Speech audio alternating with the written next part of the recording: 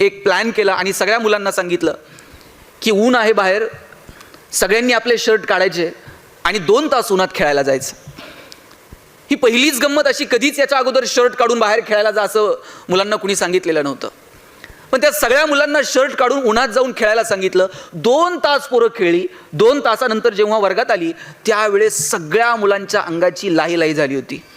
ही गोरी गुमटी पोरं सगळी लाल लाल झाली होती आणि सगळे अस्वस्थ होते, चिडचिड करायला लागले. कुणाचे डोळे लाल, कुणाचे गाल लाल, कुणाची पाठ लाल. आणि कितीतरी मुलं चिडचिड करत मॅडमकडे गेले आणि म्हटले, तुम्ही काय आम्हाला शर्ट काढून खेळायला लावलंय, आमची पाठ लाल झाली, अंगाची लाही होती.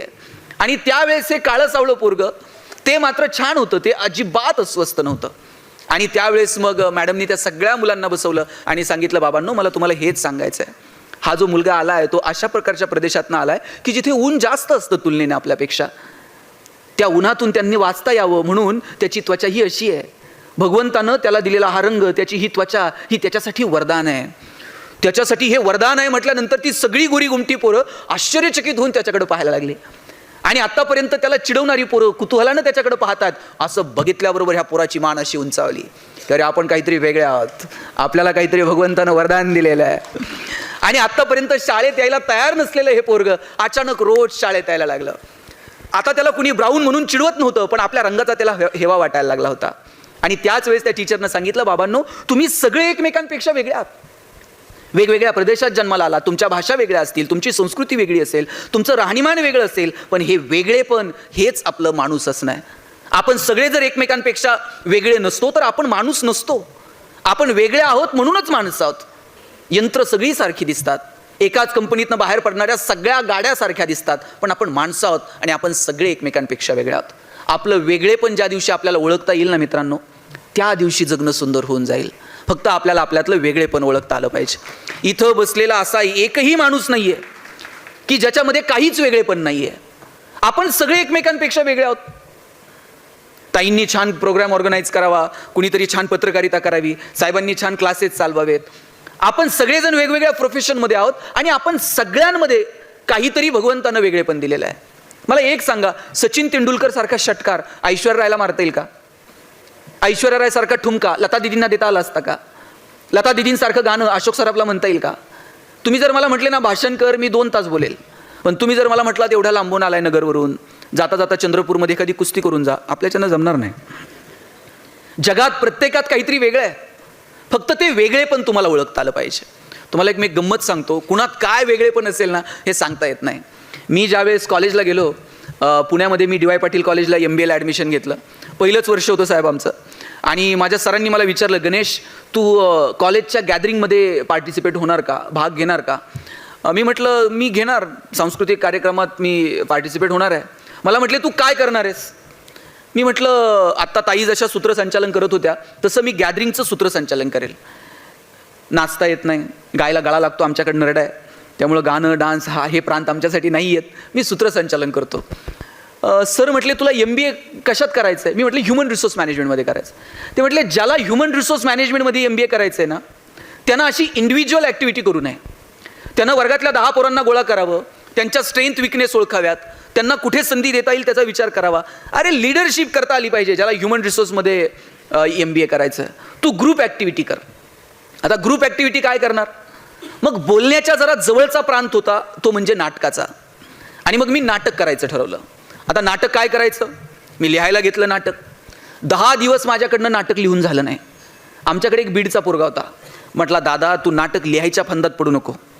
म्हटलं का? म्हटलं आपण पुण्यात आहोत, इथं कंटेंटपेक्षा ग्रामर महत्त्वाचं आहे. म्हटलं बाणातला न का नळातला न, त्यामुळे तू लिहायच्या काय फंदात पडू नको. म्हटलं मग करायचं काय? म्हटलं पुरातन काळातली कथा शोधायची, त्याच्यामध्ये पात्र ढकलून द्यायचे आणि मग नाटक करायचं. म्हटलं यानं काय होतं? यानं आपल्या अंगावर येत नाही. म्हटलं कुणी जर विचारलं हा डायलॉग असा कसा, म्हणायचं जा व्यासांना विचार, वाल्मिकीला विचार, आपल्यावर येत नाही. म्हटलं आणि म्हटलं सोपं काम आहे. मग पुरातन काळातली कथा शोधायची तर आम्ही कथेची निवड केली. महाभारतातली कथा निवडली, द्रौपदीचं वस्त्रहरण. आता द्रौपदीच्या वस्त्रहरणाचा प्रसंग आम्हाला नाटकात दाखवायचा होता. मुख्य भूमिकेत ऑब्व्हियसली द्रौपदी असणार. द्रौपदीच्या कामाकरता आम्हाला एक चांगली मुलगी पाहावी होती वर्गातली. मी जरा बोलणारा मुलगा. मी 5-10 पोरांना घ्यायचो, वर्गातल्या मुलींकडे जायचो आणि त्यांना म्हणायचो बघा महाराष्ट्रातली नाट्य संस्कृती टिकली पाहिजे. मुलींनी मुलांच्या खांद्याला खांदा लावून पुढं आलं पाहिजे. मुली म्हणायच्या मुद्द्यावर आहे, तुझं खरं काम काय सांग म्हणायचं. मग मी म्हणायचं तुमच्यापैकी कोण नाटकात काम करणार का? एक 5-10 मुली हात वर करायच्या की आम्ही नाटकात काम करायला तयार आहोत. मुलींचा पुढचा प्रश्न असायचा रोल काय करायचा नाटकात. आता कुणी सांगायचं तिला तुला द्रौपदी व्हायचं आहे. मग ह्यानं त्याच्याकडे बघायचं, त्यानं ह्याच्याकडे बघायचं. हळूच एखादं पोरगं पुढे यायचं आणि म्हणायचं ताई बघा आता हे पांडवांपैकी एक पोरगी द्रौपदी, आणि हे म्हणते ताई तुला द्रौपदीची भूमिका करायची. सगळ्या मुली खाली हात घ्यायच्या. मुली म्हणायच्या द्रौपदीची भूमिका करायला हरकत नाही, पण कृष्ण जर वेळेवर आला नाही स्टेजवर तर मग काय करायचं म्हटलं. आता इथं व्याख्याता लवकर येत नाही, कृष्णाची गॅरंटी कोणी द्यायची. मग करायचं काय. आमच्या वर्गात एक गोरं गोमटं पोरगं होतं, दिसायला एकदम सुंदर होतं. आमच्या सुदैवानं त्याच्या दुर्दैवानं त्याच्या डोक्यावर एकही केस नव्हता. त्याला म्हटलं छान दिसशील, द्रौपदीची भूमिका करणार का? तो म्हटला द्रौपदी व्हायला हरकत नाही, डोक्याचं काय करायचं. म्हटलं विग आणून लावू, छान दिसशील. 4 पिढ्या म्हणला पठ्ठ्याच्या नाटकात काम करतात, विग आणून लावा, असला रोल करतो म्हटलं मी द्रौपदीचा, पण माझी एक अट आहे म्हटलं. म्हटलं काय? म्हटलं मी द्रौपदी व्हायला तयार आहे, पण ते दुर्योधनाला सांगून ठेवा, फार एक्साइट व्हायचं नाही. त्याला म्हटलं दुर्योधन माझ्या ऐकण्यातला आहे, तू काळजी करू नको. आता सगळे माझ्या ऐकण्यातले होते, मला भीम सापडत नव्हता. भीम जरा धष्टपुष्ट पाहिजे. आम्ही सगळी किडकिडीत शरीर एसटीची पोरं. मी डी वाय पाटील कॉलेजला शिकायचो, शेजारी इंदिरा कॉलेज होतं. 2 कॉलेजच्या मध्ये एक जिम होती, आणि जिममध्ये व्यायाम करणारं पोरगं रोज कॉलेजच्या बाहेर बुलेटवर चक्रा मारायचं. प्रत्येक कॉलेजच्या बाहेर अशी 2-4 असतात. मी त्याला एक दिवशी थांबवलं आणि म्हटलं अरे असं बाहेर चक्रा मारून काहीच होत नसतंय, आत यावं लागतं म्हटलं कॉलेजमध्ये. म्हटलं आम्हाला कोण एंट्री देणार? म्हटलं नाटकात काम करणार का? म्हटलं करणार. रोल काय करायचा? अरे म्हटलं आम्हाला शिकवलं S for strength, W for weakness, O for opportunity, T for threats. अरे पेदार शरीरयष्टी तुझी स्ट्रेंथ आहे, तुला शोभल असा रोल देतो भीमाचा. भीम होणार का? म्हटलं मी भीम होतो, पण द्रौपदी कोण आहे सांग म्हटलं. म्हटलं वर्गातली सगळ्यात सुंदर मुलगी द्रौपदीच्या. ते एवढं खुश झालं, पदर खर्चानं गदा घेऊन आलता नाटकात काम करायला. आता मला सगळे कॅरेक्टर सापडत होते. मला 5 पांडवांपैकी एक जण कमी पडत होता. आमच्या वर्गात एक पहिल्या वाकावर बसणार पोरगं होतं, ज्यानं आयुष्यात अभ्यास सोडून दुसरा उद्योग केला नाही. कायम अभ्यास. सर बघा प्रत्येक क्लासमध्ये असेही 2-3 असतात, ते 100 पैकी 99 पडले ना तरी त्यांना करमत नाही. ते एकासाठी हुज्जत घालणार, ते शिक्षकांकडे येऊन भांडणार. कधी मैदानावर क्रिकेट खेळायला जाणार नाही, कधी पिक्चरला जाणार नाही. आम्ही त्याला पिक्चरला घेऊन जायचो, 2 वर्षात त्याला शिट्टी वाजवता आली नाही. त्याला हेवा वाटायचा शिट्टी वाजवता आली पाहिजे. ते 1 रुपयाची शिट्टी घेऊन यायचं पिक्चरला येताना, आणि खूप मोह झाला की असं खाली वाकून शिट्टी वाजवायचं. पडद्याकडे बघून सुद्धा त्यानं कधी शिट्टी मारली नाही. आम्ही त्याला म्हणायचो पडद्यावरच्या कलाकारांना नाही कळत कोण शिट्टी मारतंय, मान तर वर कर. पण मान वर करून कधी बोलला सुद्धा नाही. आणि त्याला मी विचारलं 5 पांडवांपैकी एकाची भूमिका तू करणार का? म्हटलं दादा भूमिका करायला हरकत नाही, पण आपल्याला डायलॉग बोलता येणार नाही. अरे म्हटलं डायलॉगच बोलायचे नाहीत. 5 पांडवांपैकी एकाची भूमिका तू करायची. द्रौपदीचं वस्त्रहरण सुरू झालं का शर्मेनं मान खाली घालायची, नाटक संपेपर्यंत वर करायची नाही. म्हटलं शोभल असं काम आहे, आयुष्यभर हेच करत आलोय मी, मानच वर करायची नाही. सगळं सांगितल्याप्रमाणे सुरू होतं. सगळे माझ्या ऐकण्यातले होते. सगळ्यांना माहीत होतं द्रौपदीच्या भूमिकेत मुलगा मुलीचा रोल करतोय. पण दुर्दैवानं भीमाला माहीत नव्हतं की द्रौपदीच्या भूमिकेत मुलगा आहे. भीमाला वाटायचं एवढी सुंदर द्रौपदी, आणि दुर्योधन आणि दुःशासन त्या वस्त्रहरणाला पुढे निघाले का भीम त्यांच्या मागच गदा घेऊन. आम्ही दुर्योधनाला म्हणायचो तू पुढं हो, द्रौपदीच्या फक्त पदराला हात लाव, कृष्ण येतोय, प्रकरण मिटतंय. पण दुर्योधन दुःशासन त्या भीमाला बघून इतके घाबरलेले. दुर्योधन म्हणला ते इतिहासात काय झालं ते झालं, आता नाही म्हटला. तुम्ही भीमाला पकडा, त्याशिवाय आपण द्रौपदीच्या नादाला लागत नाही म्हटला. भीमाला म्हटलं लका गप, कृष्ण येईपर्यंत धमधर. भीम म्हटला, भीम असा माईक जवळ गेला, जोरात गदा फिरवली आणि म्हटला इतिहासात काय झालं ते झालं, आता नाही. जोपर्यंत हा पठ्ठ्या स्टेजवर आहे आणि आपल्या हातात गदा आहे तोपर्यंत द्रौपदीचं वस्त्रहरण होत नसतंय म्हटला. आता स्टेजच्या मागं कृष्ण घामाघूम झालेला. कृष्णाला म्हटलं तू तर स्टेजवर आहे, तू आल्यावर तर प्रकरण मिटतंय. कृष्ण म्हटला मागे काय झालं ते झालं. ते भीमाची गदा खरी असल्या कारणानं आणि आमचं सुदर्शन चक्र थर्माकॉलचं असल्या कारणानं म्हटलं समोरासमोर काही लढाई होऊ शकत नाही. आता आमच्यामध्ये दुर्योधनाची तब्येत जरा बरी होती. आम्ही म्हटलं दुर्योधनाच्या मदतीनं भीमाला पकडू. साहेब आता आपण बघतो हल्ली कुणी कुणाची मदत घेता, आम्ही दुर्योधनाची घेतली म्हणून काय झालं. आम्ही दुर्योधनाच्या मदतीनं भीमाला पकडायला गेलो आणि भीमानं जी गदा फिरवायला सुरुवात केली ती फिरवता फिरवता चुकून द्रौपदीच्या विगमध्ये शिरली. त्याला म्हटलं आता शिरली तर शिरू दे, उचलू नको. त्याला राहावे ना, त्यानं जी गदा उचलली, द्रौपदीचा विग एकीकडं, द्रौपदी एकीकडं. सगळं टक्कल दिसायला लागलं, सगळं सभागृह हसायला लागलं. मला तर इतकं वाईट वाटलं. म्हटलं पहिलं कॉलेज, पहिलं वर्ष, कॉलेजचं पहिलं गॅदरिंग, नाटकाचा कार्यक्रम झाला. आमच्या चौघांच्या माना शर्मेनं खाली गेल्या. आणि आश्चर्य असं, आत्तापर्यंत ज्याची मान खाली होती त्यानं वर बघितलं. बरं, त्यानं इकडं तिकडं बघायचं तर द्रौपदीकडे बघतंय. त्याला कळेनाच नाटकात काय चाललंय. त्याला सांगितलं होतं नाटकात एक शब्द बोलायचा नाही. ते माईक जवळ गेला आणि म्हटला, द्रौपदी तू बालाजीला कधी गेलती म्हटला. त्या दिवसानंतर कॉलेजमध्ये ज्या ज्या वर्षी नाटक झालं त्या वर्षी हे पोरगं लीड रोलला असायचं. आणि आम्ही 2-4 जण ते सांगन तेवढंच बोलायचं, ते सांगन तेवढंच ऐकायचं. आपण सगळे एकमेकांपेक्षा वेगळे आहोत. किती दिवस माना खाली घालायच्या. कधीतरी अशी मान उंच करून आपण बघितलं पाहिजे की अरे आम्ही पण काहीतरी वेगळे आहोत.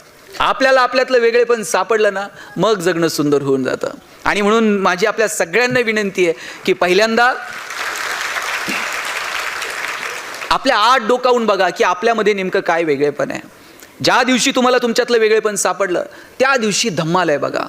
अडचण काय माहिती आहे का, आपल्याला आपल्याकडं काय आहे यात इंटरेस्ट नाही आहे. आपल्याकडं काय नाही याचं दुःख आहे. मी तर म्हणेल आपल्याकडं काय नाही याचंही दुःख कित्येकांना नाही, पण दुसऱ्याकडं काय आहे याचं इतकं दुःख आहे. म्हणजे आपलं सुखही आपलं नाही आणि आपलं दुःखही आपलं नाही. आपलं सुख आपलं दुःख हे इतरांच्या क्रियाप्रतिक्रियेवरती अवलंबून आहे. आता ताई, समजा तुम्ही बाजारात गेलात आणि तुमचे 100 रुपये हरवले, तुम्हाला किती वाईट वाटतो? तुम्हाला त्याला माहिती आहे किती वाईट वाटतं. इतकं वाईट वाटतं मम्मीला.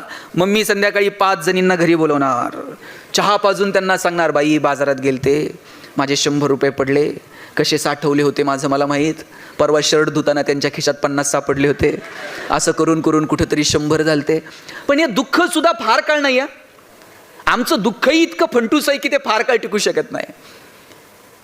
100 रुपये हरवले याचं दुःख आहेच, पण तेवढ्यात एखाद्या मैत्रिणीनं म्हटलं पाहिजे, बाई तुझे तर 100 हरवले, परवा माझे 500 पडले. हिला इतकं बरं वाटतंय ना, ह्याला वाटतं जाऊ दे मरू दे, आपले तर 100 गेले, ह्याचे 500 गेले असं वाटतं. आपलं दुःखही आपलं राहिलेलं नाही आणि आपला आनंदही आपला राहिलेला नाही. किंबहुना सोये जीव आत्मयाचे आहे, तेथ जे होय तया नाम सुख. ज्ञानेश्वर महाराजांनी सांगितलं, आत्म्याशी जे संबंधित आहे ना त्याला सुख म्हणतात. आपण साधनांमध्ये शोधायला लागलो आणि तिथे गडबड झाली. साधनांमध्ये जर सुख असतं ना, जगातली सगळी श्रीमंत माणसं सुखी झाली असती. पण सगळे श्रीमंत सुखी आहेत का? आणि सगळे गरीब दुःखी आहेत का?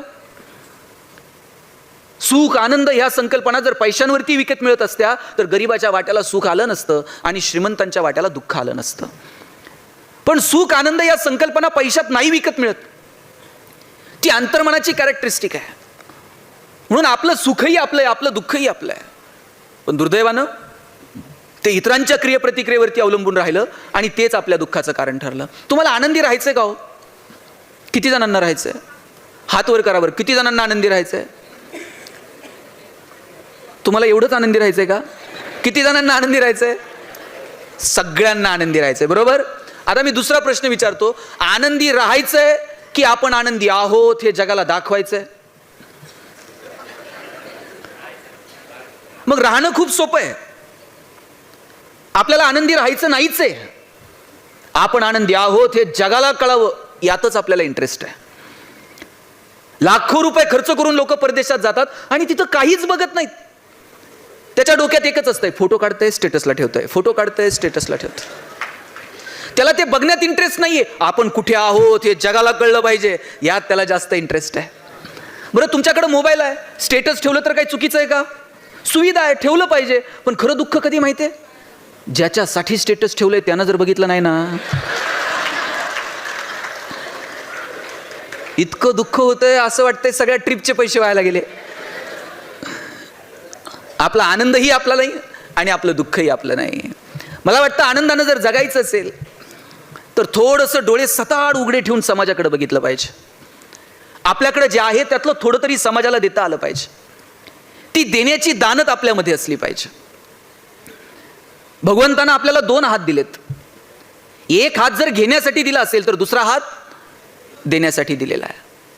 प्रत्येक गोष्टीचं प्रयोजन आहे. भगवंतानं एकच हात असा गळ्यातून दिला असता आणि सांगितलं असतं भागून घे, चाललं असतं. सवयीनं माणसं तसं वागत राहिली असती. पण 2 हात याच्यासाठी दिलेत, बाबा एका हातानं घेता येते तर दुसऱ्या हातानं थोडंसं दे. बरं बघा, घेतलेला श्वास सोडावा लागतो. असं आहे का श्वास घ्या आणि सोडूच नका? बघा जमतंय का? घेतलेला प्रत्येक श्वास सोडावा लागतो. कमवलेल्या सगळ्या गोष्टी इथे ठेवून जाव्या लागतील. एकही गोष्ट घेऊन जाता येणार नाही. भूक संपल्यानंतर जेवता येत नाही. तहान भागल्यानंतर पाणी पिता येत नाही. आपल्याकडे 10 गाड्या आहेत पण एकाच गाडीत प्रवास करता येतो. दारात 10 गाड्या आहेत, मग असं होतं का डोकं इकडे ठेवू, हात ह्या गाडीत ठेवू आणि सगळे नंतर एकत्र भेटू कुठेतरी? 10 जरी असल्या तरी एकाच गाडीत फिरावं लागतंय. 10 बेडरूम आहेत पण कुठेतरी एकत्र एकाच बेडरूम मध्ये झोपावं लागणार आहे. काहीही घेऊन जाता येणार नाही. याचा अर्थ असाही नाही की तुम्ही कमवू नका. मी तर म्हणतो जेवढं कमवता येईल तेवढं कमवा. पण तुकाराम महाराजांचं एक खूप सुंदर विधान आहे, जोडून या धन उत्तम व्यवहारे. आपला व्यवहार उत्तम असला पाहिजे. माझे वडील तर सांगतात, वाईट मार्गाने मिळवलेलं धन म्हणजे प्रेतावरची फुलं आहेत, हसवी देत नाहीत आणि रडवी देत नाहीत. चांगल्या मार्गाने जेवढं कमवता येईल तेवढं कमवा. पण बाबांनो, त्यातलं थोडं तरी, सगळ्यात आपण कमवलेल्या गोष्टीवर आपला अधिकार नसतो. हातामध्ये ती देण्याची दानत असली पाहिजे. आणि माझा दावा आहे, तुम्ही जेवढं देता 1 रुपया सुद्धा तुमचा निसर्ग उष्ण ठेवत नाही. निसर्गाचा नियम आहे, 1 दाणा पेरला तर 1000 दाणे उगवतात. तुम्ही जेवढं द्याल समाजाला त्याच्या कितीतरी पटीनं हा निसर्ग तुम्हाला परत करत असतो. फक्त ती देण्याची दानत आपल्या हातामध्ये असली पाहिजे. पिढ्यानं पिढ्या चालत आलेली महाजनकीची सगळी कागदपत्र तुकाराम महाराजांनी इंद्राणीच्या डोहात नेऊन बुडून टाकली हो. आणि किती सहजतेनं बुडवली. जितक्या सहजतेनं तुम्ही मी श्वास घेतो तितक्या सहजतेनं सगळं बुडून टाकलं. बरं, त्याचा कुठं फ्लेक्स नाही, कुठं बॅनर नाही. मी तर म्हणतो शेतकऱ्याचं कर्ज माफ करणारं पहिलं गव्हर्नमेंट जर कोण असेल ना, जगद्गुरु तुकाराम महाराज आहेत. ही जी दानत आहे ना देण्याची, ती आपल्यामध्ये असली पाहिजे. विंदा करंदीकरांची खूप सुंदर कविता आहे, देणाऱ्यानं देत जावं, घेणाऱ्यानं घेत जावं आणि घेता घेता एक दिवस देणाऱ्याचे तोडून घ्यायचे ते हात. तर त्याच्या हातामध्ये जी देण्याची दानत आहे ती आमच्यामध्ये यावी.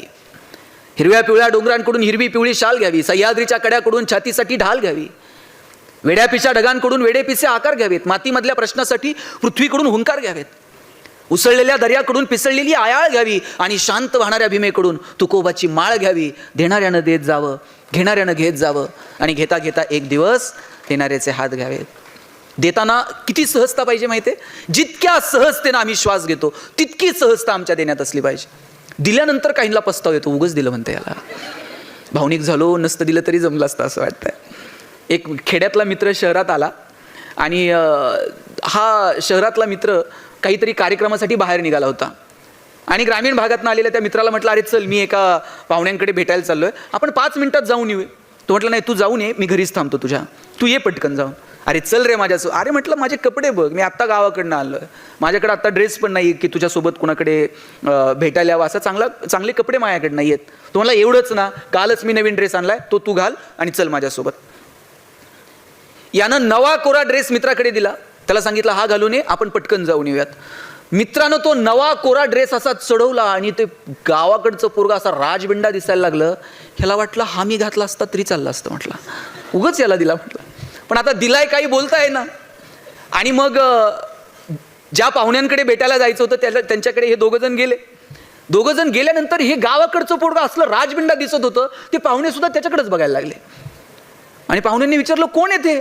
तो म्हटलं हा माझा मित्र आहे, लहानपणापासून आम्ही एका शाळेत शिकलो, गावाकडे आता शेती करतो, मी शहरात आलो, शहरात मला मोठ्या पगाराची नोकरी लागली. हा गावाकडेच असतो पण फार सज्जन आहे, आजच शहरात आला होता, माझ्याकडे आला, त्याला घालायला कपडे नव्हते, त्यानं अंगावर घातलेले कपडे माझे कपडे आहेत. ते पाहुणे त्या मित्राकडे असं बघायला लागले, मित्र ह्याच्याकडे असा डोळे वासून बघायला लागला. तुला हे सांगायची गरज होती का की हे कपडे माझे आहेत? आणि त्यांनी तुला विचारलं होतं का हा कोणाचे कपडे घालून आलाय? पण हे इतकं अस्वस्थ होतं की माझ्या कपड्यामध्ये ही किती सुंदर दिसतंय. आणि मग बाहेर पाहुण्यांच्या तिथून बाहेर गेल्याबरोबर यानं बटन काढले, हे तुझे शर्ट आणि तुझे कपडे अजिबात तुझ्यासोबत. म्हटलं बाबा चूक झाली, मला ते कपड्यांचं सांगायचं नव्हतं, पण अनावधानानं आलं, पुढच्या घरी फक्त जाऊयात, त्यांना 2 मिनिटं एक निमंत्रण देऊयात आणि लगेच निघूयात. आता मात्र मी कपड्यांविषयी काहीच बोलणार नाही.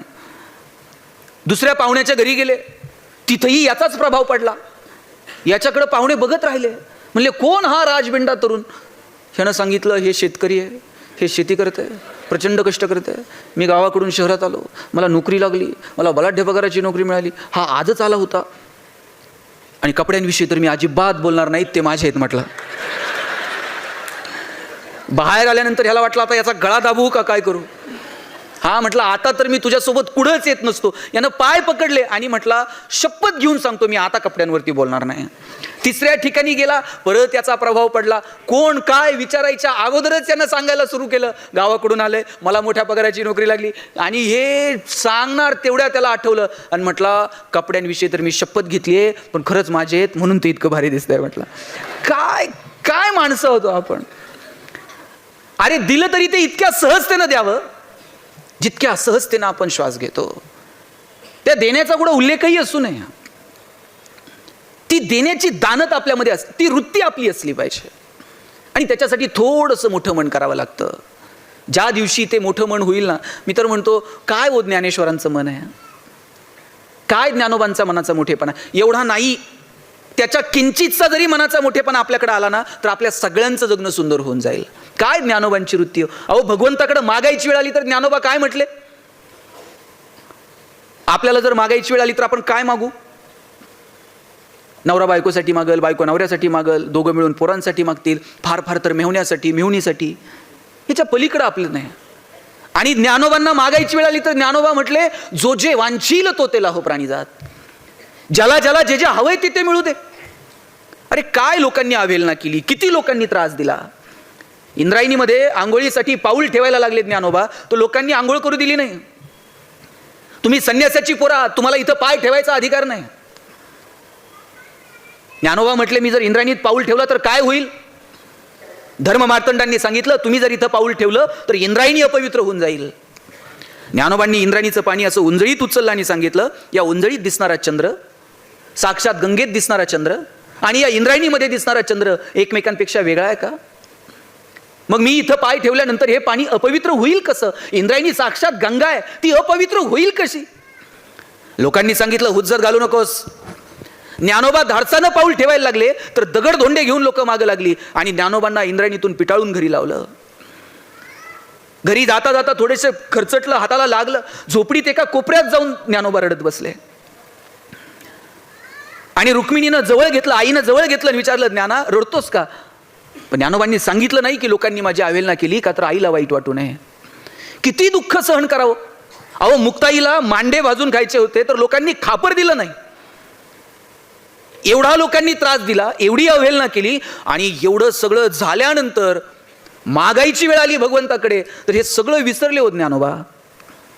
आपण ज्ञानेश्वरी वाचली असेल, ज्ञानेश्वरीमध्ये कुठेतरी ज्ञानोबांनी त्यांच्या जगण्यातलं दुःख व्यक्त केलंय. मागायची वेळ आली तर ज्ञानोबा म्हटले जो जे वांछील तो ते लाहो प्राणी जात. देवा ज्याला ज्याला जे जे हवंय ते ते मिळू दे. काय मनाचा मोठेपणा आहे व्हा. मला या दोन लोकांचा फार हेवा वाटतो. एक भगवान श्रीकृष्ण आणि दुसरे ज्ञानेश्वर महाराज. भगवान श्रीकृष्णाचा याच्यासाठी काय अफाट वक्तृत्व आहे कृष्णाचं. आता इथं तुम्ही मला बोलायला बोलवलंय, काय हो बोलायला लागतंय. इतकी सुंदर सिस्टीम आहे, मस्त ऑडिटोरियम आहे, तुम्ही छानपैकी ऐकतायत, मला काय बोलायला अडचण आहे. भगवान श्रीकृष्णानं गीता सांगितली कुठं. असं सभागृह होतं एसी, माईक सिस्टीम वगैरे आणि आता कृष्ण उभा राहिला आणि गीता सांग. अरे कुरुक्षेत्रामध्ये गीता सांगितली, जिथे आता युद्ध सुरू होईल. जगातले सगळे महान योद्धे एकमेकांवर तुटून पडतील, शंख फुंकले जातील, मृत्यूचा तांडव उभा राहील, रक्ताचे पाट वाहतील आणि तिथे कृष्ण गीता सांगतो अर्जुना ऐक मला काय सांगायचंय. आणि त्यावेळेस सांगितलेली गीता पुढचे हजारो वर्ष तुम्हाला मला प्रेरणा देते. काय अफाट सामर्थ्य असलं पाहिजे कृष्णाच्या वक्तृत्वाचं. आणि दुसरीकडे मला हेवा वाटतो ज्ञानोबांच्या वक्तृत्वाचा. काय ज्ञानोबांचा कॉन्फिडन्स आहे, काय ज्ञानोबांचा आत्मविश्वास आहे. आपल्यापैकी इथं कोण शिक्षक आहे का. त्यानं सांगावं उद्या तुमची पोरं आमच्याकडे आणून सोडा आणि त्यांचं कल्याण झालं म्हणून समजा. काय आत्मविश्वास आहे ज्ञानेश्वरांचा. ज्ञानोबा म्हणतात तरी अवधान ऐकले दिजे मग सर्व सुखासी पात्र होईजे, हे प्रतिज्ञोत्तर माझे उघडाय का. ज्ञानेश्वर महाराज सांगतात मी प्रतिज्ञा घेऊन सांगतो, माझ्याकडे एकदा लक्ष देऊन बघा, सगळी सुख तुमच्या दारात लोळण घेतील. अवघाची संसार सुखाचा करीन, आनंदे भरीन तिन्ही लोका. या तिन्ही जगामध्ये आनंद भरून टाकील. काय आत्मविश्वास आहे हा. आणि इकडे भगवान कृष्ण सांगतो, अर्जुना शस्त्र उचल. माझे चुलते काके, अमुक तमुक नातेवाईक, हे असलं काही मनात आणू नको. हे धर्म आणि अधर्माचं युद्ध आहे. शस्त्र उचल. अस्वस्थ असणाऱ्या अर्जुनाला कृष्ण शस्त्र उचलायला लावतो आणि संहार होतो. कितीतरी योद्धे मृत्यूला सामोरं जातात. इकडे कृष्ण शस्त्र उचलायला भाग पाडतो अर्जुनाला. आणि इकडे ज्ञानेश्वर महाराज काय म्हणतात, तो जे खळांची व्यंकटी सांडो. ज्ञानोबा असं म्हणू शकले असते की नाही, जे खल आहेत ते मरो. पण ज्ञानोबा असं नाही म्हणत जे खल आहेत ते मरो. ते म्हणतात जे खळांची व्यंकटी, त्यांच्यातली जी वाईट बुद्धी ना देवा, तेवढी सांडू दे. आणि पुढचं वाक्य तर इतकं गोड वापरलंय, तया सत्कर्मिरती वाढो. रोप छोटं असेल तर वाढो म्हणतात, आणि रोप नसेल तर रुजो म्हणतात. ज्ञानोबा रुजो म्हणू शकले असते, पण ज्ञानोबा म्हणतात वाढो. ज्ञानोबांना खात्री आहे वाईटातल्या वाईट माणसामध्ये सुद्धा थोडी तरी सत्कर्माची वृत्ती शिल्लक आहे. आणि म्हणून ज्ञानोबा म्हटले तया सत्कर्मिरती वाढो. भूता परस्परे पडो मैत्रजीवांचे. मैत्रजीवांचे शब्द कधी वापरलाय? शेकडो वर्षांपूर्वी मैत्रजीवांचे हा शब्द वापरलाय. तुम्ही मी आत्ता फ्रेंडशिप डे साजरे करायला लागलो. काय अफाट आहे हो हे सगळं. काय ज्ञानोबांची भाषा, काय ज्ञानोबांच्या बोलण्यातला गोडवा. मला वाटतं तो गोडवा जरी घेता आला ना तरी जगणं समृद्ध होऊन जाईल. काय ज्ञानोबांची भाषा आहे. ऋणू झुनू रे भ्रमरा, सांडी तो अवगुणू रे भ्रमरा. अवगुण या शब्दाला अवगुणू म्हणावं, याच्या इतकं काय प्रेम असू शकतो. आपल्याला नीट प्रेमानं कुणाशी बोलता येत नाही. ज्ञानोबा अवगुण शब्दाला सुद्धा अवगुणू म्हणतात. उकाराची भाषा आहे. चरण कमळ दळू रे भ्रमरा, सौभाग्य सुंदरू रे भ्रमरा. ज्ञानोबा उकाराची भाषा बोलतात. ही उकाराची भाषा कुणाची भाषा आहे हो? ही आईची भाषा आहे. जग तुम्हाला बाळासाहेब म्हणल, पण घरी गेल्यावर आई बाळू म्हणते. जग तुम्हाला गणेशराव म्हणल, घरी गेल्यावर आई गणू म्हणते. आई उकार लावते. ही उकाराची भाषा ज्ञानोबा बोलतात. आणि म्हणून जग ज्ञानोबांना माऊली म्हणतं. आई असणं हे निवळ तुमच्या प्रसूती वेदनांशी निगडीत नाही. आई असणं हे निवळ तुमच्या स्त्रीत्वाशी निगडीत नाही. आणि आई असणं हे जर निवळ तुमच्या स्त्रीत्वाशी निगडीत असतं ना, 750 वर्ष 21 वर्षाच्या तरुणाला लोक माऊली म्हटले नसते. आई असणं ही एक भावना आहे, आणि ती भावना आपल्याला जपता आली पाहिजे. मला वाटतं बोलायला काय लागतो, शब्द शस्त्र आहेत. तुकाराम महाराजांनी सांगितलं शब्द शस्त्र आहे. आम्हा घरी धन शब्दांचीच रत्ने, शब्दांचीच शस्त्रे यत्ने करू. शब्दची आमुच्या जीवाचे जीवन, शब्द वाटू धन जन लोका. तुका म्हणे पहा शब्देची हा देव, शब्देची गौरव पूजा करू. काय तुकाराम महाराज शब्दांचं वर्णन करतात. आणि म्हणून शब्द नीट वापरा. शब्दांमुळे दंगल, शब्दांमुळे मंगल. शब्दांचे जंगल जागृत राहावं. जिभेवरी दाताच, जिभेवरी ताबा, सर्व सुखदाता. नानी वाणी नासू नये, नानी वाणी पाणी नासू नये. काय काय भाषा आहे. आपल्या जिभेवर आपला ताबा असावा. अहो दुर्योधन पडला तर पडलेल्या दुर्योधनाकडे बघून वरतून द्रौपदी म्हणाली अंधे का पुत अंधा. ते वाक्य इतकं वर्मी लागलं की ज्या वेळेस शकुनी मामानं टाकलेल्या फाशांमध्ये हे सगळे पांडव हरले, शेवटी द्रौपदीला डावावरती लावलं आणि द्रौपदीला सुद्धा कौरवांनी जिंकलं. त्यावेळेस दुर्योधनाला हे वाक्य आठवलं की द्रौपदीनं माझा अपमान केला होता, अंधे का पुत अंधा. एक वाक्य हो. आणि दुःशासनाला आदेश दिला द्रौपदीच्या केसांना धरून सभागृहात घेऊन या. दुर्योधन शूर आहे. सभागृहामध्ये अनेक शूरवीर उपस्थित आहेत. पण दुःशासन ज्या वेळेस द्रौपदीला केसांना धरून घेऊन आला, कुणाचंही धाडस झालं नाही की दुर्योधनाला म्हणावं थांब. द्रौपदी सगळ्यांना आव्हान करत होती. भीष्म पितामहा, गुरु द्रोणाचार्य, जगातला सगळ्यात श्रेष्ठ धनुर्धारी अर्जुन तिचा नवरा समोर उभा होता. श्रेष्ठ गदाधारी भीम समोर उभा होता. नकुल सहदेव सगळे मानाखाली घालून होते. द्रौपदीनं सगळ्यांना आव्हान केलं, पण कोणी कोणी तिच्या मदतीला आलं नाही. आणि शेवटी धावा केला कृष्णाचा. मी मगाशी म्हटलं की तुम्ही एक दाणा पेरला तर 1000 दाणे उगवतात. तुम्ही थोडं द्या, त्याच्या कितीतरी पटीनं निसर्ग तुम्हाला परत करतो. कृष्णाचं बोट कापलं, सगळेजण इकडं तिकडं कापड शोधत बसले बांधायला, आणि द्रौपदीनं पदर फाडला आणि चिंधी गुंडाळली. द्रौपदीनं नुसती चिंधी गुंडाळली, आणि ज्या वेळेस वस्त्राची गरज भासली त्यावेळेस कृष्ण पुढे टाकला आणि द्रौपदीला वस्त्र पुरवली. द्रौपदीचं रक्षण केलं. आणि त्या सभागृहामध्ये पहा संयम काय असतो. मान अपमान आपल्या आयुष्यामध्ये चालू असतात. आपण बोलण्यावरती नियंत्रण ठेवावं, आपल्या भाषेवरती नियंत्रण ठेवावं. ज्यावेळेस आपण एकांतात असतो त्यावेळेस आपल्या विचारावर आणि ज्यावेळेस आपण समाजात असतो त्यावेळेस आपण आपल्या शब्दांवर नियंत्रण ठेवलं पाहिजे. द्रौपदी एक वाक्य बोलली, दुर्योधनाला त्याचा बदला घ्यावा लागला आणि दुर्योधनाला स्वतःच्या कार्यावर, स्वतःच्या कर्तृत्वावर क्रोधाच्या भरामध्ये नियंत्रण ठेवता आलं नाही. तो ज्या पद्धतीनं द्रौपदीसोबत वागला ते निंदनीय होतं, ते धर्माला धरून नव्हतं. आणि त्या सभागृहामध्ये झालेल्या अपमानाच्या बदल्यात द्रौपदी म्हणून गेली. द्रौपदीनं शाप दिला, ज्या मांडीवरती तुम्हाला बसायचा विचार करत होता त्याच मांडीवरती घाव होईल आणि तुला मृत्यूला सामोरं जावं लागेल. आणि दुःशासना, ज्या केसांना धरून तुम्हाला घेऊन आला सभागृहात ते केस तुझ्या रक्तानं धुतल्याशिवाय मी परत बांधणार नाही. आणि काय झालं, एका शब्दामुळे महाभारत घडलं. मृत्यूचा तांडव असा समोर बघावा लागला. म्हणून नीट बोला, शब्द चांगले वापरा. नाही पटलं तर थोडंसं शांत बसा, संयमानं घ्या. आपल्याकडं संयमच नाही. कुणी अरे म्हटलं का लगेच का रे. प्रत्येक वेळेस प्रतिकारच केला पाहिजे असं नाही. कधी प्रतिकार करायचा, कधी प्रतिसाद द्यायचा हे कळायला हवं. मी असंच एकदा कार्यक्रमात म्हटलं, प्रतिकार नको प्रतिसाद द्या. ते 2-4 नवीन लग्न झालेले जोडपे आलते, त्यांना इतकं आवडलं त्यांनी असं डायरीत लिहून घेतलं, प्रतिकार नको प्रतिसाद द्या. घरी गेल्यानंतर बायकोनं अशी आनंदाच्या भरात पर्स फेकून दिली, नवऱ्याच्या डोळ्यात डोळे घालून बघितलं आणि म्हटली मैं तेरे लिए मर जाऊंगी मिट जाऊंगी. बायको म्हटली मैं तेरे लिए मर जाऊंगी. नवरा म्हटला बघ कसं जमतंय तसं कर म्हटला. म्हटली हे काय. म्हटले ते मगाशी सरांनी सांगितलं ना, प्रतिकार नको. कधी प्रतिकार करायचा आणि कधी प्रतिसाद द्यायचा हे तारतम्य आपल्याला असलं पाहिजे. शिशुपालाच्या पहिल्याच अपराधाला भगवान श्रीकृष्ण सुदर्शन काढू शकले असते हो, पण संयम आहे, ताकद आहे कृष्णामध्ये. अरे पहिल्यांदा बोलला ना तिथेच शिशुपालाचा वध केला असता, पण तरी सुद्धा त्याचे 100 अपराध कृष्ण सहन करतो. हा संयम आहे. कुठे प्रतिकार करायचा, कुठं प्रतिसाद द्यायचा, मला वाटतं हे समजलं पाहिजे. आणि म्हणून मला ज्ञानोबांचा हेवा वाटतो, संतांचा हेवा वाटतो. ज्ञानोबांनी सांगितलं ज्याला ज्याला जे जे हवंय ते मिळू दे. तुकोबांनी सांगितलं तुम्ही तुमच्या शब्दांवरती नियंत्रण ठेवा. ज्ञानोबा तर सांगतात कसं बोला, साच आणि मवाळ मितुले आणि रसाळ, शब्द जैसे कल्लोळ अमृताचे. काय लागतो गोड बोलायला, चांगलं बोलायला काय पैसे लागतात का.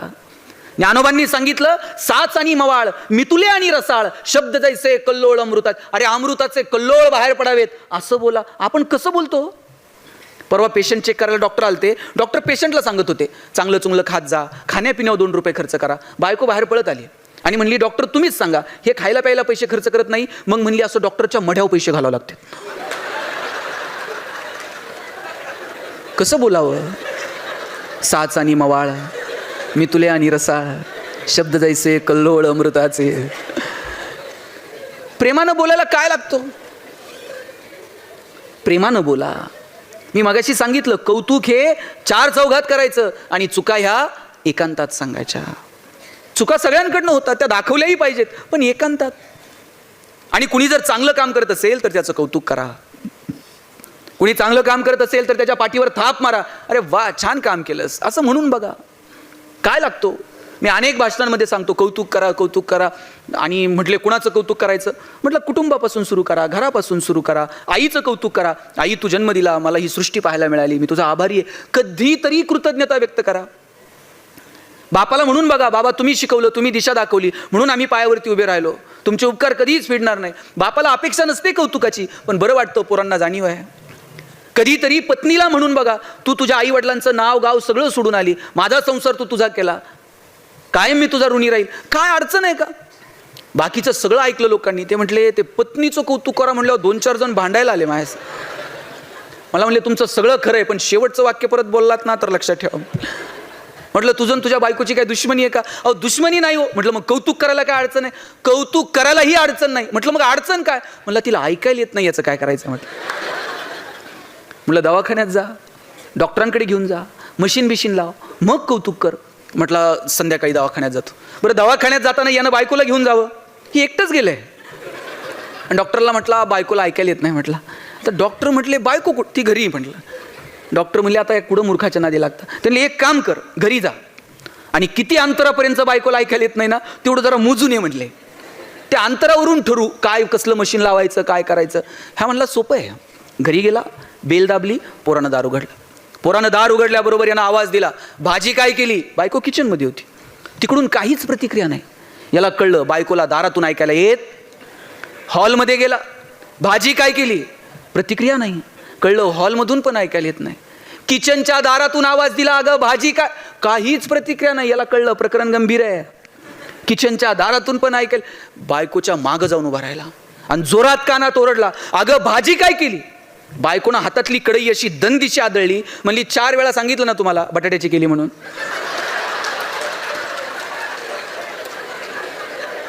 काहींना घरी गेल्यावर कळलं मला काय म्हणायचं. साहेब 20 वर्ष ह्याला ऐकायला येत नव्हतं, तिने कसा संसार केला असेल मला सांगा. काय मित्रांच्या चुका नाही शोधायच्या, कधीतरी आत डोकावून बघा हो. आपल्याकडं पण काहीतरी असेल. आपल्याला फक्त इतरांच्या चुका काढता येतात. त्यांना असं केलं, कधी आपण कसे वागलो हे आपण कधी ठरवलंय का हो? आपल्यालाही ठरवता आलं पाहिजे की आपण नेमकं कसं वागतो. इतरांचं कौतुक, कुणाच्या तरी आयुष्यामध्ये आपल्यामुळे आनंद निर्माण झालाय का, असे प्रसंग फक्त आठवून बघा. आणि कौतुक कुणाला आवडत नाही हो मला सांगा. सगळ्यांना कौतुक. अहो भगवंताला कौतुक आवडतो.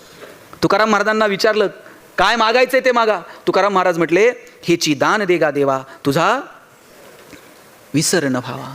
आणि मग विचारलं, तुकोबा हे वरदान दिलं तुम्हाला, काय कराल. गुण गाई न आवडी, हेची माझी सर्व जोडी. या बदल्यात तुम्हाला काय देऊ. न लगे मुक्ती धन संपदा, संत संग देई सदा. तुका म्हणे गर्भवासी, सुखे घालावे आम्हासी. अहो भगवंताला सुद्धा त्याचं कौतुक आवडतं. तुकाराम महाराज म्हटले, आयुष्यभर तुझं गुणगान गात राहू.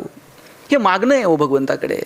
मला वाटतं देवाकडे काय मागायचं ना, हे सुद्धा आपल्याला ठरवता आलं पाहिजे. सगळ्यांना कौतुक आवडतं, म्हणून चांगलं काम करणाऱ्या माणसाचं कौतुक करा. कुणाचं चुकत असेल तर त्याला एकांतामध्ये त्याच्या चुका सांगा. आपण किती जणांच्या जगण्यामध्ये आनंद निर्माण करू शकलो हे आपल्या अंतर्मनात आपल्याला डोकावून शोधता आलं पाहिजे. किती लोकांच्या जगण्यामध्ये आपल्यामुळे काही बदल झालेला आहे त्याचा एक अंदाज आपल्याला आपल्या आयुष्यात कधीतरी लावता आला पाहिजे. बघा 4 काडक्यांचा संसार तर पशुपक्षी पण करतात. आपली घरटी तर सगळेच जण बांधतात. पण इतरांचं जगणं सुंदर व्हावं याच्यासाठी धडपडणं, यात काहीतरी वेगळी मजा असते. आणि मला वाटतं ती मजा आपल्याला घेता आली पाहिजे. आपल्यामुळे कुणाच्या तरी चेहऱ्यावरती आनंद निर्माण होणं, काय मजा हो ह्याची. एखादी गोष्ट आपल्याला नाही मिळाली पण ती इतरांना मिळावी याच्यासाठी धडपड करणं, मला वाटतं त्यात एक वेगळं सुख आहे. आणि ते सुख आपल्याला अनुभवता आलं पाहिजे. गाडगेबाबांचं नाव डेबू. आणि ज्या वेळेस बाबा लहान होते, लहान असताना तो मालक जिथे ते काम करायचे, दिवाळीचा सण होता आणि मालकात पुरणपोळी खात होता. आणि गाडगेबाबा असे दारात उभे होते. आणि बाबांनी विचारलं, डेबू काय बघून राहिला. बाबा म्हणले, काय नाही जी, तुम्ही जशी तुपासंग पोळी खाताय ना तशी मला पण खायची जी. मालक म्हणला, डेबू तुला पोळी खायची आहे, थांब म्हटलं. आत गेला, काट्याचा फोक घेऊन आला हातात आणि म्हटलं, तुला पुरणपोळी खायची ना, हात पुढे कर. बाबांनी असे हात पुढे केले. त्या मालकानं काट्याच्या फोकानं बाबांचे हात फोडून काढले. काटे असे हातात शिरले, नखशिखांत वेदना झाल्या. बाबा दगडावरती जाऊन बसले आणि हातातले काटे काढत होते. रस्त्यानं जाणाऱ्या एका माणसाने विचारलं, डेबू काय करून राहिला. बाबा म्हणले, काय नाही जी, मालकानं दिलेली पोळी तुपासंग खातो ना जी म्हटले. पण बाबा म्हणले नाही की मालकानं मला मारलं मला. आणि हाच डेबू जेव्हा गाडगे बाबा झाले, एक व्यापारी बाबांकडे गेला आणि म्हटला, बाबा मला तुमचं कीर्तन गावात ठेवायचं. बाबा म्हणले, तू मोठा व्यापारी आहे, मी तुझ्या गावात येईल की. बाबा जायचे, कोणत्याही गावात कीर्तनाला गेले, हातातल्या खराट्यानं सगळं गाव स्वच्छ करायचे, मग कीर्तनाला उभं राहायचे. बाबा म्हटले, मी तुझ्या गावात कीर्तनाला येईल पण माझी एक अट आहे. म्हटले, तू मोठा व्यापारी. म्हटले, काय बाबा. मी कीर्तनाला येईल पण सगळ्या गावाला पुरणपोळीचं जेवण खाऊ घालशील का. म्हटले, बाबा तुम्ही येणार म्हटल्यावर एक काय 10 गावाला पुरणपोळीचं जेवण खाऊ घालील की. म्हटलं. बाबा कीर्तनाला गेले, हातातल्या खराट्यानं गाव स्वच्छ केलं, कीर्तनाला उभे राहिले. गोपाला गोपाला देवकनिंदन गोपाला, आनंदात सगळं गाव नाहून निघालं. कीर्तन झालं, लोकांनी पंक्ती धरल्या. त्या पंक्तींमध्ये उतरून बाबा स्वतःच्या हातानं लोकांना पुरणपोळी वाढत होते. आपल्याला पुरणपोळीचा घास खाता आला नाही पण हजारो लोकांना पुरणपोळी मिळावी म्हणून बाबा स्वतःच्या हातानं ती पुरणपोळी लोकांना वाढत होते. कीर्तन झालं, लोकांनी पंक्ती धरल्या, बाबांनी पुरणपोळी वाढली, लोकांची जेवणं झाली. बाबा जायला निघाले आणि ज्यानं कीर्तन ठेवलं तो पळत गेला. म्हटला, बाबा सगळ्यांची जेवणं झाली, चला 2-2 घास आपण पण खाऊ.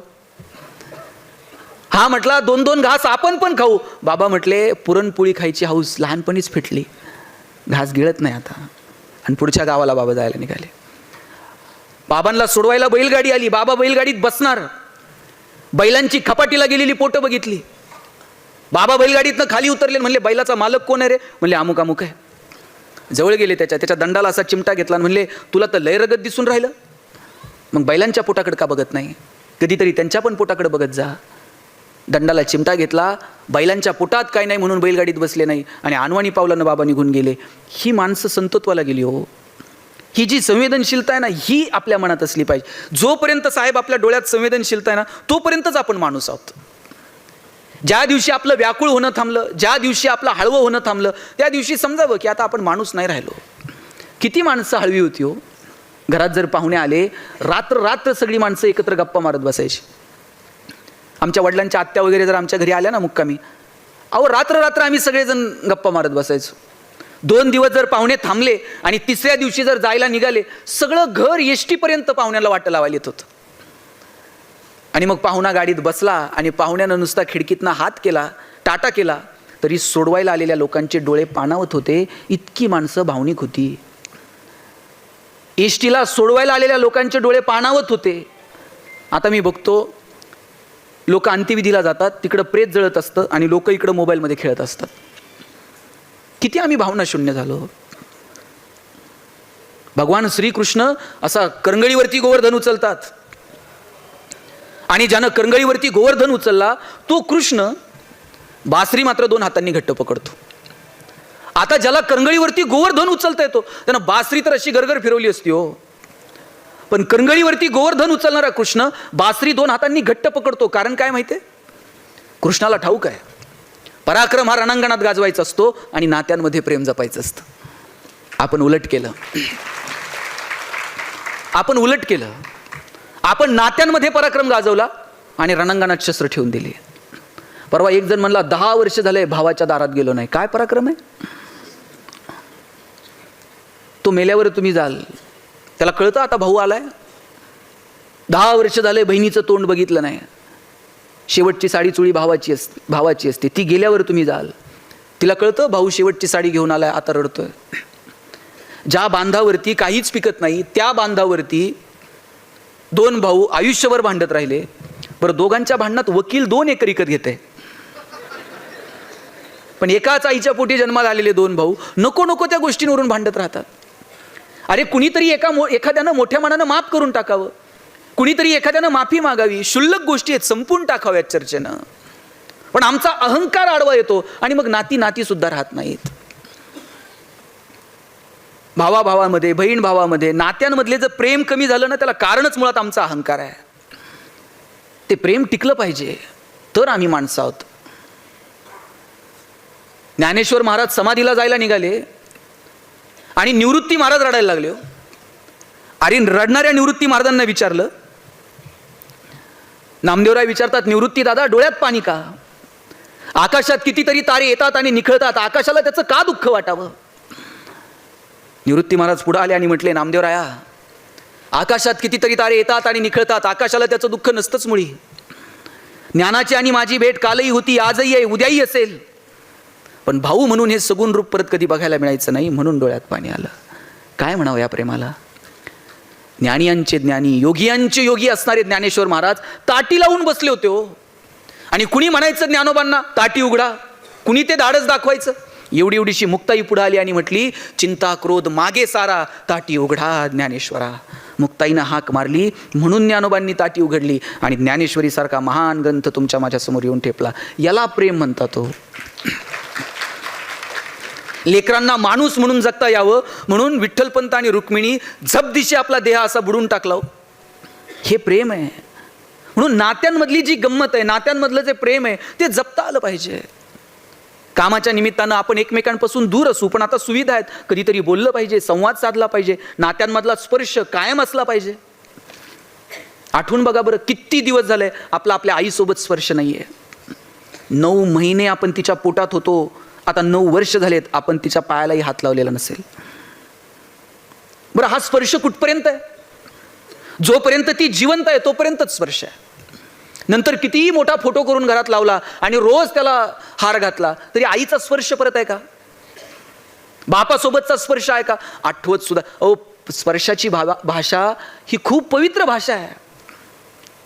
आपला तो स्पर्श असला पाहिजे. कधीतरी आईच्या हातात हात घेऊन बघावं. आणि आईबापाच्या स्पर्शाला काय लागतो?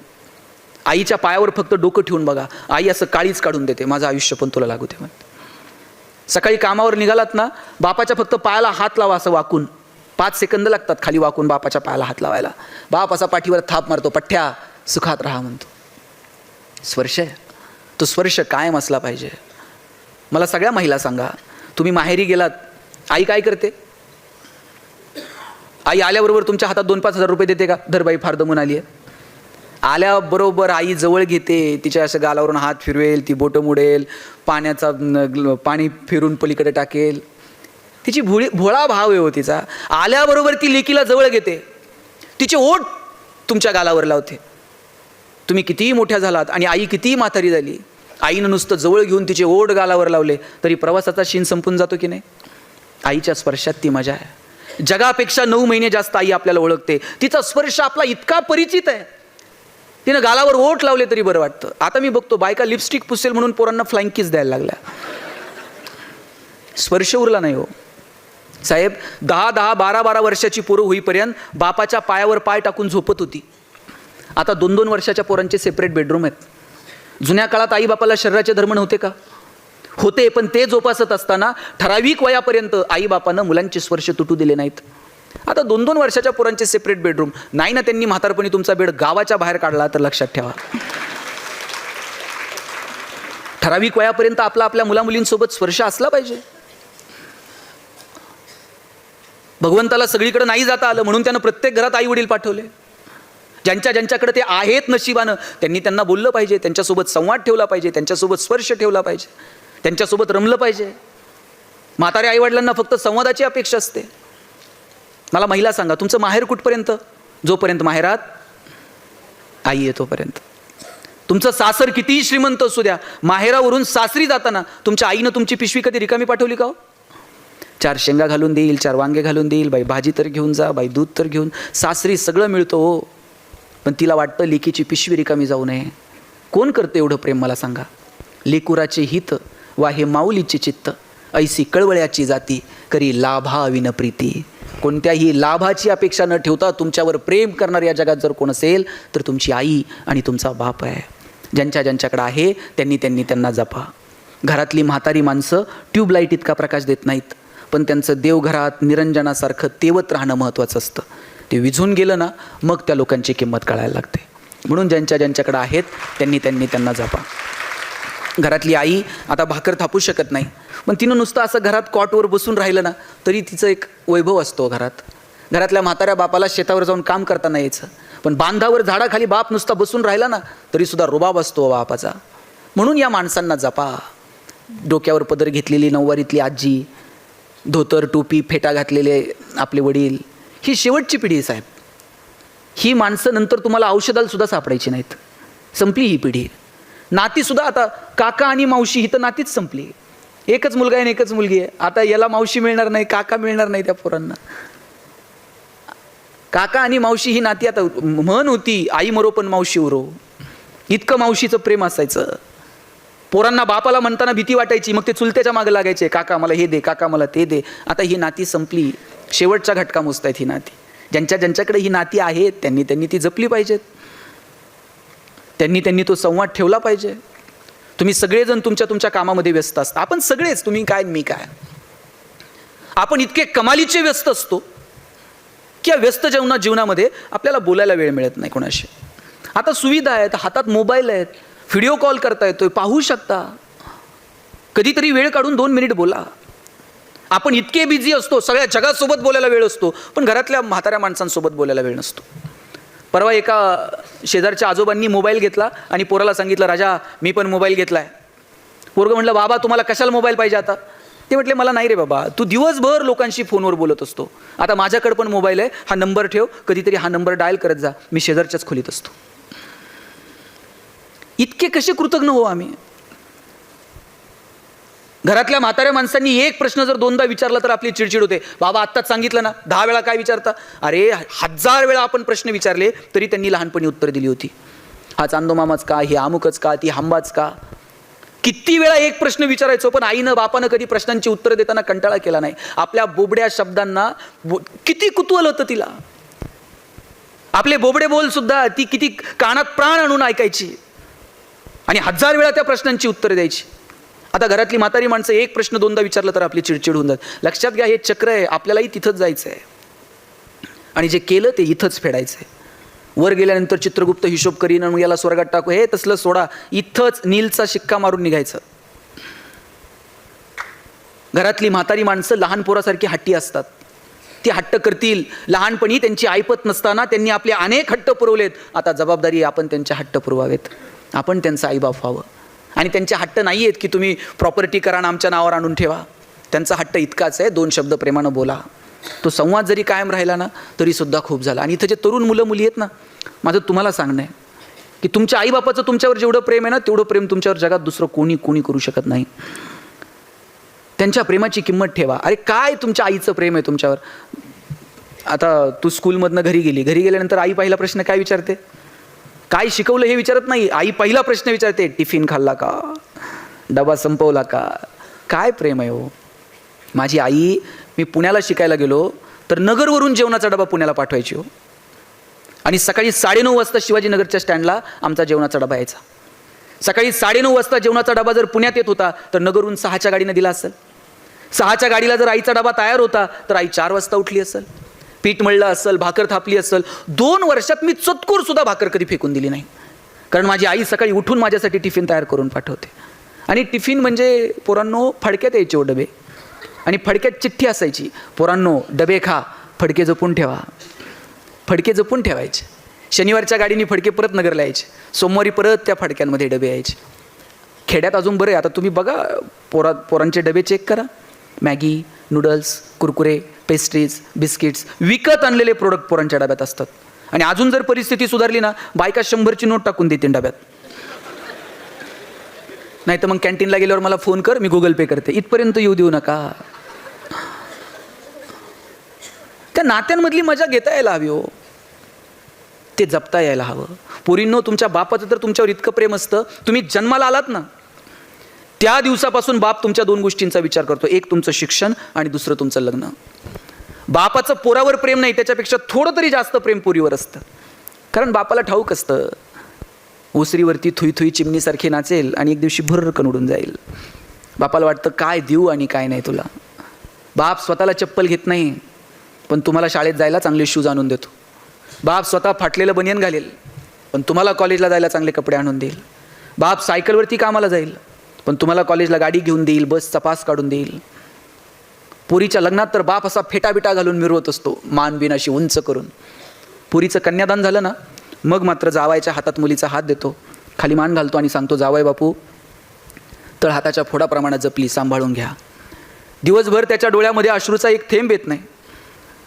पण पुरीची गाडी एकदा निघून गेली ना, मग मात्र खांबाच्या पलीकडे जाऊन रडतो तो बाप असतो. मला वाटतं त्या अश्रूंचा सन्मान ठेवता आला पाहिजे. जन्म दिलेल्या आईवडिलांना कधीच विसरू नका. जगात सगळ्या गोष्टी मिळतील, पण आईबाप कधी मिळत नाहीत. आणि म्हणून ज्यांच्याकडं नशिबानं आहेत त्यांना जपलं पाहिजे. त्यांच्यासोबत संवाद आणि तो स्पर्श आपल्याकडे असला पाहिजे. मी सांगत होतो, नाती जपा. मग ते मित्रत्वाचं असेल, रक्ताची नाती असतील, पण या नात्यांना किंमत द्या. आपल्याला सगळ्या गोष्टींची किंमत कळाली, पण नात्यांची किंमत अजून कळालेली नाही. आपल्याला जमीन जुमला सगळं कळालं, पण नात्यांमधली मजा आपल्याला कळाली नाही. मला वाटतं ती नात्यांमधली मजा ज्या दिवशी कळेल ना, त्या दिवशी जगणं सुंदर होऊन जाईल. आपल्यामध्ये त्या संवेदनशीलता जिवंत ठेवा. इतरांसाठी काहीतरी करण्याची, इतरांसाठी काहीतरी देण्याची दानत आपल्यामध्ये ठेवा. काहींकडं ढिगाण आहे, पण देण्याची दानत नाही साहेब. इतकी प्रॉपर्टी आहे, बरं 1 रुपयाचं नाणं वर जात नाही, एक छदा सुतळीचा तोडा सुद्धा वर जात नाही. बरं देव इतका सुंदर वागलाय ना, घेऊनही काय यायचं नाही आणि घेऊनही काय जायचं नाही. याच्यापेक्षा काय सुंदर वागावं देवानं. देवानं जर घेऊन यायची सुविधा दिली असती आणि परत घेऊन जायची सुविधा दिली असती, आपण सोयीनं गेलो असतो का? ह्याचं नेता येईल का, त्याचं थोडं नेता येईल का, काय करता येईल, काय नेऊ आणि काय नाही. काय सुंदर वागलाय देव आपल्यासोबत. घेऊनही काय यायचं नाही, घेऊन मजा करा, आनंद घ्या, सगळं तिथंच ठेवा आणि मस्त निरोप घ्या. अहो नाव सुद्धा राहत नाही हो. चांगलं काम केलं तर नाव राहतंय, नाही तर गेलं ना, लोक नावानं सुद्धा हाक मारत नाहीत, विचारतात बॉडी कुठपर्यंत आली बघा म्हणतात. आणि आल्यावर थांबूही देत नाही. 2-4 जण तयार, घाई करा म्हणतात, उचला आता. लोकांनी घाई करायच्या आत जगून घ्या, लोकांनी उचलण्याच्या आत जगून घ्या. छोट्या छोट्या गोष्टींचा आनंद घ्या, मजा घ्या. इतरांच्या आनंदामध्ये स्वतःचा आनंद शोधायला शिका. आमच्याकडे एक माणूस आहे साहेब, इतकी प्रॉपर्टी आहे पण 1 रुपया कधी कोणाला मदत केली नाही. एक दिवशी शाळेतली काही पोरं गेली आणि म्हणली शाळेचं काम सुरू केलं आहे, आमच्या शाळेला जरा वर्गणी मदत देणगी द्याल. देणगी म्हणल्यावर ते हसायला लागलं. म्हणलं देणगी? मी माझ्या पोरांची फी वेळेवर भरत नाही आणि तुमच्या शाळेला देणगी देतो काय? म्हटलं घरात कुणी आजारी पडलं तर घाईघाई मी कधी दवाखान्यात नेलं नाही आणि तुम्ही मला वर्गणी मागताय? पोरं हातात झाली, म्हणले जाऊ द्या, आणि निघाली पोरं जायला. नीट ऐका मग कळतंय. पोरं जायला निघाली.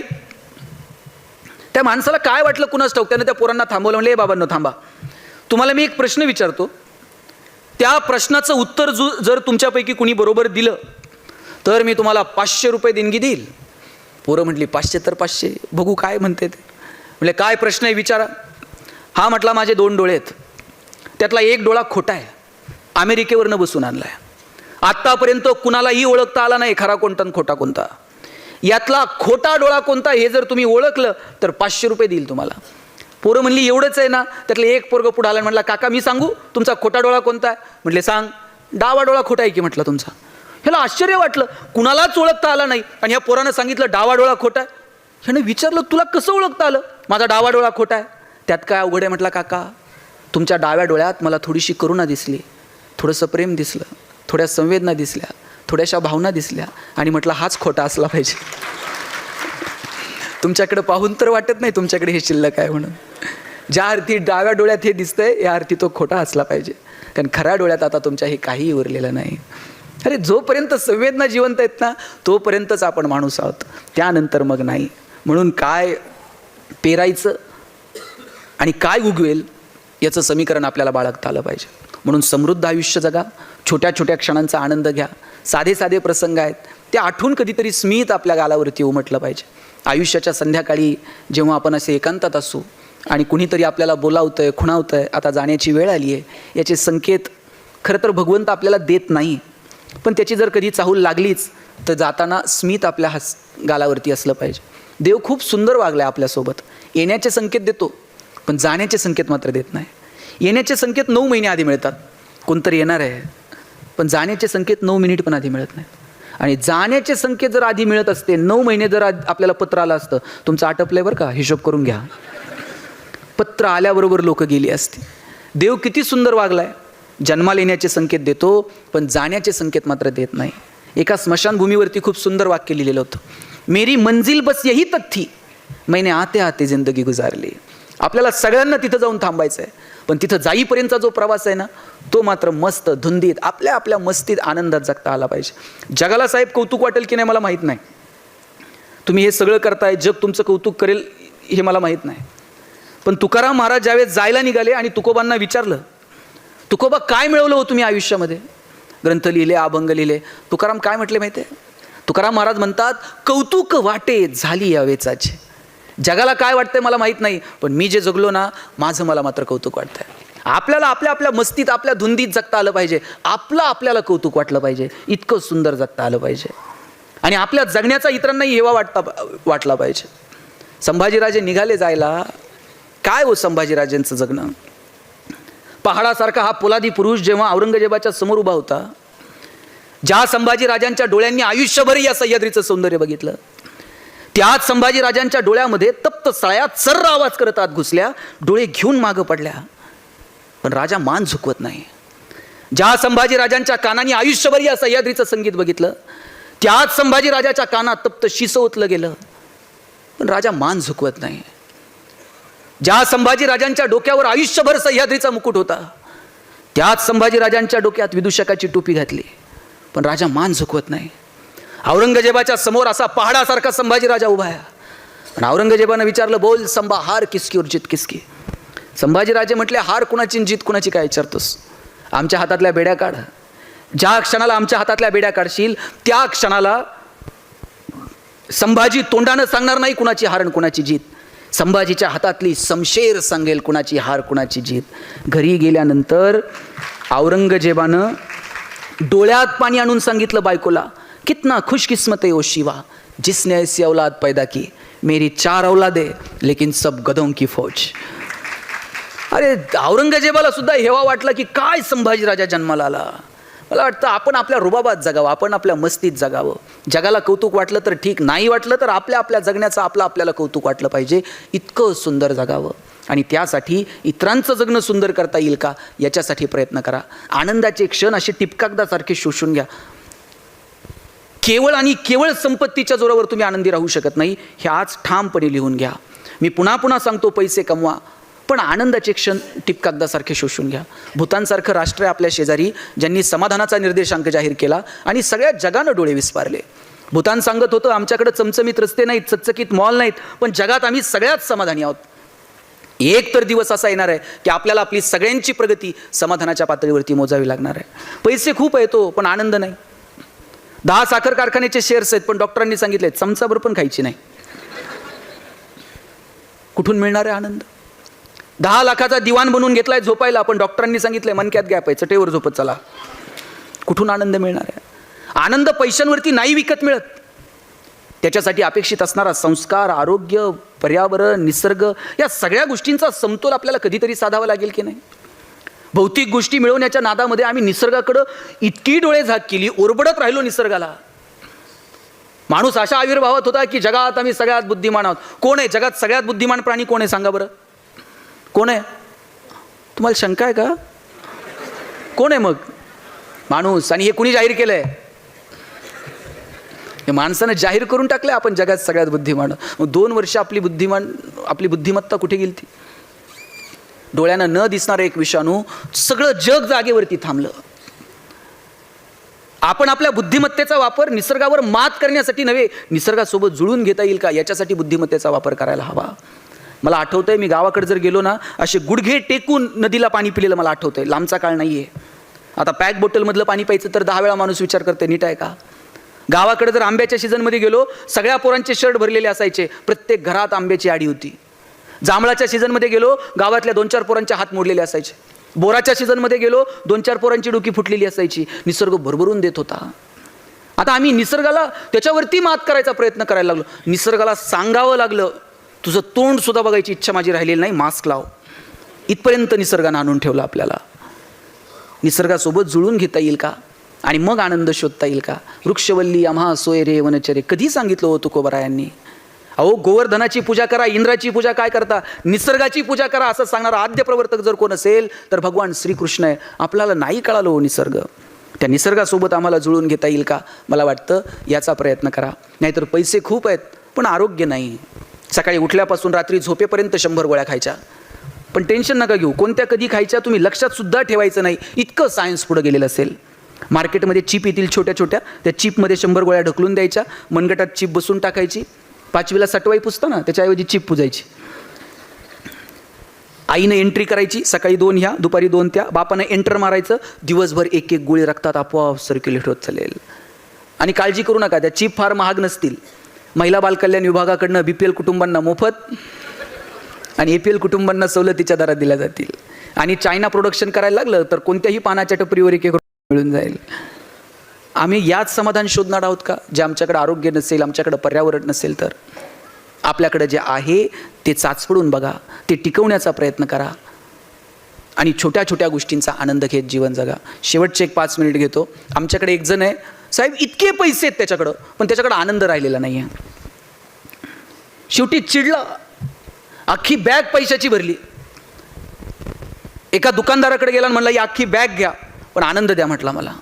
दुकानदार म्हटला, पैशाच्या बदल्यात आमच्याकडे आनंद नाही मिळत बाबा. दुसऱ्या दुकानात गेला, तिथेही आनंद नाही. सगळी दुकानं पालथी घातली पण कोणत्याच दुकानात आनंद मिळाला नाही. रडत होता. निघाला